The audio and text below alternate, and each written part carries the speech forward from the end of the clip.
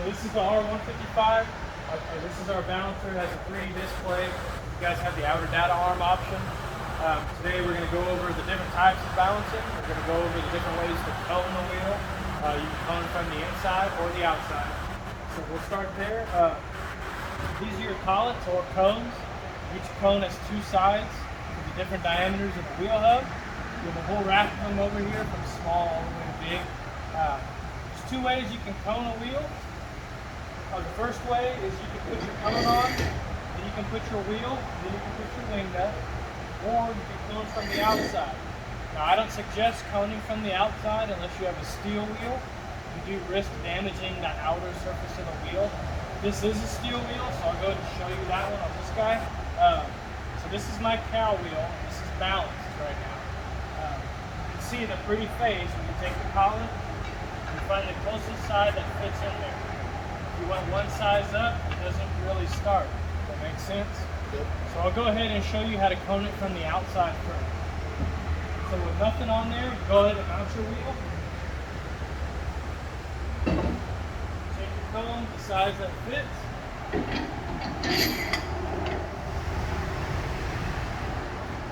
Okay, you get that placed on. Now when you cone from the outside, your wing nut has two adapters. It's this flat plate, or you can switch it out to the pressure cup.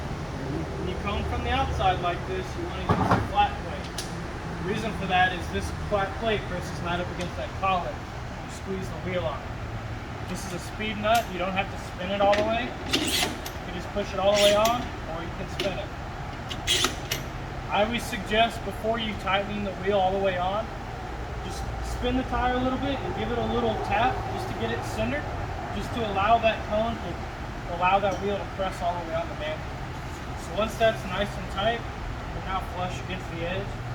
I keep my hand on the inside and I spin it and I make sure I'm feeling that the tire is universally even onto the plane. Alright? So that's coning from the outside. Okay, I'll go ahead and pull it off.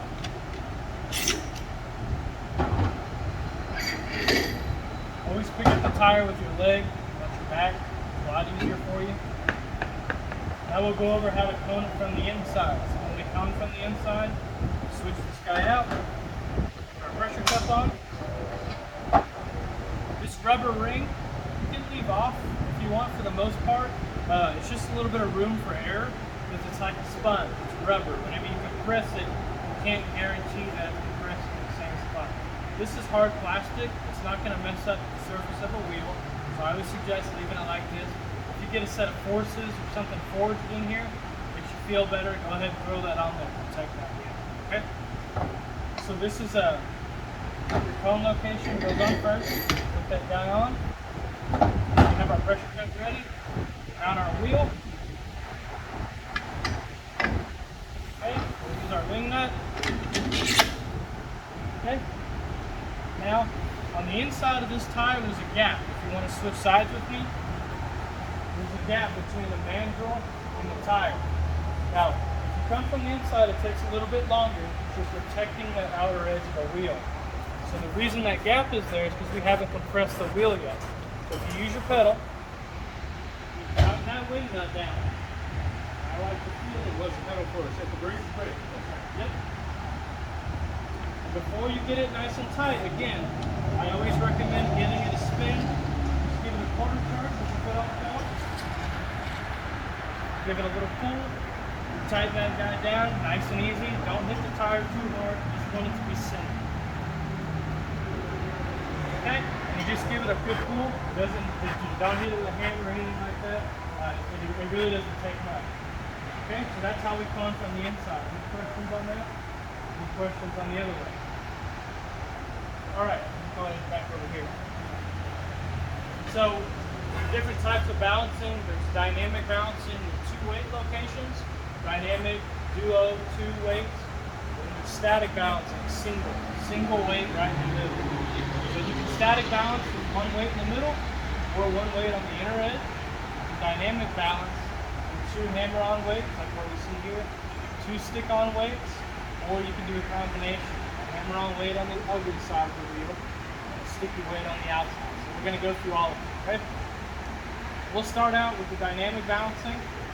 the 2 hammer-on weights, which is what this wheel is. The most important thing to identify is the weight location, where you would put the weights as far as the edges and things like that. So if we look at this weight here, we're on the inside. We see that edge that it's hammered onto, right? That is where we're going to touch this data arm of the machine. So we control the entire machine by where we touch this data arm. Okay? So we identify those 2 spots. All we're going to do is take this front arm and touch it, just like that. Does that make sense? With the outer weight side. That's right. Well, so we don't have to worry about where the weight locations are at all. It can be spun anywhere. That's not important. We just have to touch where we want to hammer on our weight. Not the actual precise spot. Yeah, where you put the weight right. on. Yeah. So we touch weight location 1. Use our outer data arm. We're doing the same thing here. We're touching our second location. Same spot, just both sides of the wheel. It's already measured our wheel. It tells me we got a 15 by 8. This is your wheel icon, is what I call it. You see these red icons out here, these are hammer-on weights. And they're highlighted red, that's the weight that's selected right now. These grayed out ones are going to be sticky weights. We'll do that one next. So once you touch your 2 weight locations, you just close the hood and let the wheel spin. Okay, and you should call for weight on both sides because I have it balanced the other way. Alright, so we have an auto stop on top feature. It already stops the wheel where the weight's going to go. This is the right and the left side of the screen. So this is mimicked right here. Hammer-on weights always go at 12 o'clock. What I mean is, if you take your weight, and you look at the top of the wheel, you're always going to place it at 12 o'clock. At the very top, on both sides. So right now we're center, we're going to take an ounce and a quarter weight. We put it at 12 o'clock, not 12, not 1. It has to be at the top. We'll put it right on the top, step on our pedal, hammer on our weight. The pedal is just going to keep the tire from moving on your hammer. Okay, so once we add our ounce and a quarter, this is our auto index button. Now it takes you to the inside weight location. You can sit here and toggle this all day. It's just going to take you back and forth. Alright, so now we would add our ounce and a half at 12 o'clock on the inside, right? We take our weight, foot on the brake, hammer on here, ounce and a half. Once we've added our weights, we can close the hood and do a check spin. So you'll see 2 OKs on either side. That means that we're balanced. Now we didn't add any weight to this one, so it's not going to say that, but you would see 2 OK. Any questions on dynamic balancing or 2 hammer-on weights? Alright, so we'll do another common one. This is going to be dynamic balancing with 2 adhesive weights, or sticky weights. Okay? First thing you got to do when you do sticky weights is identify the 2 planes where the weights are going to go. The weights always go in the circumference of the wheel. So we identify our inside plane here and our outside plane. The furthest 2 planes away from each other on the wheel that are flat, that have enough space to take the weight. If you get a tire in here that's 10 inches wide, it's nice and smooth. This one has some divot. It'll be much more obvious. Now a rule here, if you're dynamic balancing with 2 stick-on weights and the distance between the 2 planes on the wheel is less than 5 inches, just static balancing for 1 weight. The reason for that is you have 2 weight locations that are getting so close together that you're almost 5 inches apart. You can get rid of about 95% of imbalance in a wheel by just static balancing. So, for just for demonstration purposes, we'll go over dynamic balancing with 2 sticky weights. So once we identify our 2 planes, all we're going to do is take our arm, touch those 2 locations. So we touch weight location 1, touch weight location 2. Now don't worry about the rest of the screen, just see that we're identifying our 2 sticky weight locations. Now you have to put those weights exactly where you put the data on. So it's very important that you touch the inner edge and the outer edge in the right spot. Don't just stick it under there and just beat, right? It's got to be the outer and the inner edge. Once we've done that, all we do is close the hood. Again, we're controlling the whole machine by where we touch the data. Does it tell you if you're less than 5 inches? That's more of a rule that I So if you come around on this side, you'll see a laser at the bottom of your screen. Excuse me, at the bottom of the tire. That laser is the center line of the weights. So you split the weights on that laser. Does that make sense? Yeah. Best example I can think of is if you have 3 ounces, three 1 ounce weights, you put that laser right in the middle, right? Okay, fair enough. So we would take our 4 1/4, we would go to the outer edge first, right? Outer edge. We would take our weights, place them on the outer plane with that laser in the center. We place our 4 1/4. Make sense? Follow me? The auto index over. We would take our 4 ounces, place them on the inner plane. Always put them on the brake, push them nice and firm down there. Always before you add the weight, clean the inch of brake dust off that's on there, right? If you want to keep a rag with some brake cleaner or whatever you want up here, always clean the wheel, remove weights before we add anything. We want to start with a fresh wheel. I'm going to tell you to remove the tape from the weights. Just do your best on that. And just know that if there's any rocks in the tread or any extra weight like that, the machine's very sensitive. It will affect it. All passenger vehicles will feel a 1/4 ounce weight difference, so it needs to be accurate. Okay? We'll just auto index to our next spot. We can add our weights. Okay, does that make sense? Alright, that's dynamic balancing with 2 sticky weights. The last version is a combination. 1 hammer-on weight on the inside of the wheel and 1 sticky weight on the outside. Why would we not want a hammer-on weight on the outside of the wheel? Yep, all pretty surfaces of a wheel, unless it's a steel wheel, we're not going to put hammer-on weights on the outside, right? Like any pretty surface, aluminum, that's right. You don't want to scratch the wheel. The golden rule is, if there hasn't been a hammer-on weight on the wheel before you, don't put one, right?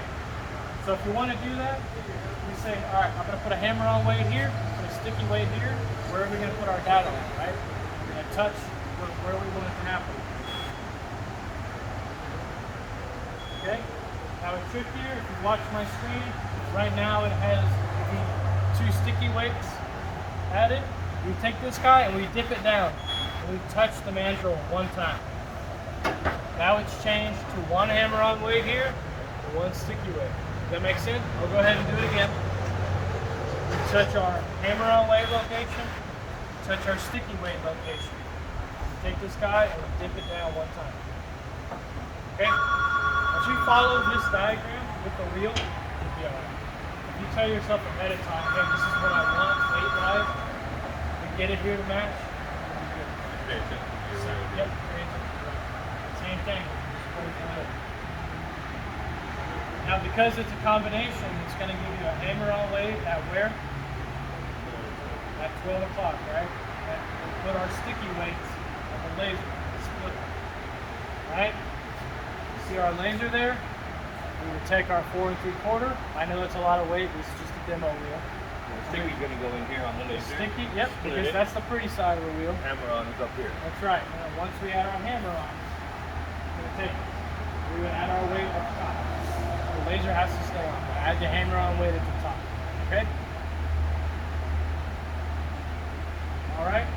Now the next 2 versions are our static balancing. A lot of your wheels are just going to be static balance, meaning 1 sticky weight right in the middle for the most part.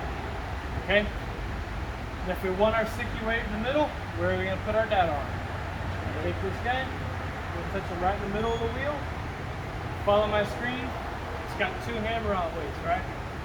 But that's not what we want. We take this guy down, dip it once, dip it twice. Fair enough. It's either dip it down once, twice, or 3 times. That's all it is. And it takes half a second to do it again. I'll do it 1 more time. Static balance, adhesive weight, take it, touch right in the center of the wheel.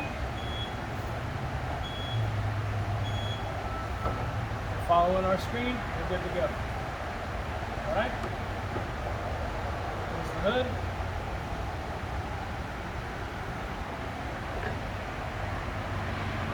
How it only gets in 1, right? It's all in the middle.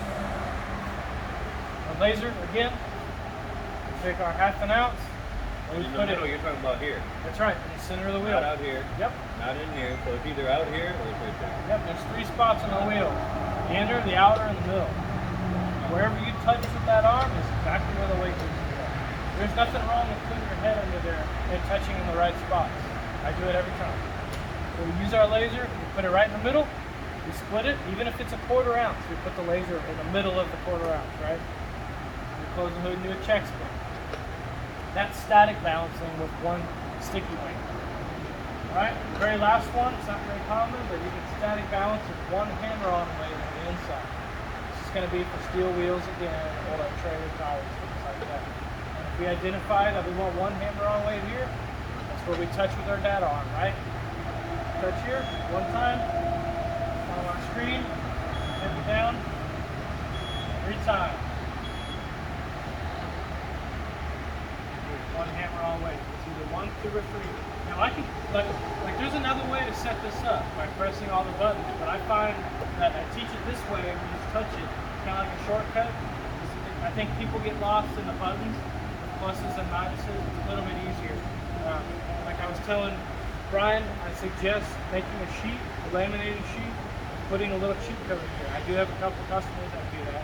Static balancing equals touch center of the wheel, dip it down once, or whatever. Right? However you want to abbreviate that. I feel like that would help you. Okay? Is there any other questions on any of the balancing types? Okay? And again, you have all of your collets on the side. You see they get smaller and bigger. Each collet is double-sided. Yep, yep. Yep. This guy here is your light-duty truck cone. This is your cone for your F-250s and 350s. I have a black ring in the truck that I'll grab, and I'll explain how to use that one. This is your double-sided dually cone. If you remove the wheel, this guy slides on. Then you put your wheel, and this is the same thing. It's got 2 cones, 2 different sizes. And that goes in the outside of the wheel. And you can use the flat plate underneath that. Okay? Any other questions on how to use it? Nope. All right. I'll go ahead and dismount this tire so I can show you that there's a spring-loaded mechanism in there. So whenever you loosen this wing nut, you can feel it pushing against you. Before you pull that lever for the speed plant, just know that it's going to want to spring. It ain't crazy, but if you hold it, like that.